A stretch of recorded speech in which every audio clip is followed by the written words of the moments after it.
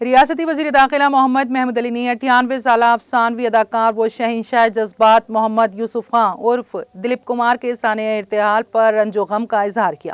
انہوں نے کہا کہ دلیپ کمار اپنی منفرد اداکاری سے نہ صرف ہندوستان بلکہ بیرون ملک میں بھی اپنی مداح بنائے اور اپنی قابلیت کا لوہا منوایا۔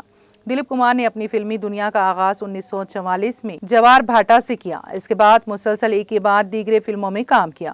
ان کی ابتدائی فلموں میں جگنو، شہید، میلہ، ہلچل، داغ، شکست وغیرہ ہیں، مگر دیوداس، نیا دور، کوہ نور، رام اور شیام، مغل اعظم، گنگا جمنا، سوداگر وغیرہ غیر معمولی فلمیں ہیں جن کے مکالمے اور نغمے آج بھی عوام کی زبانوں پر مشتمل ہیں۔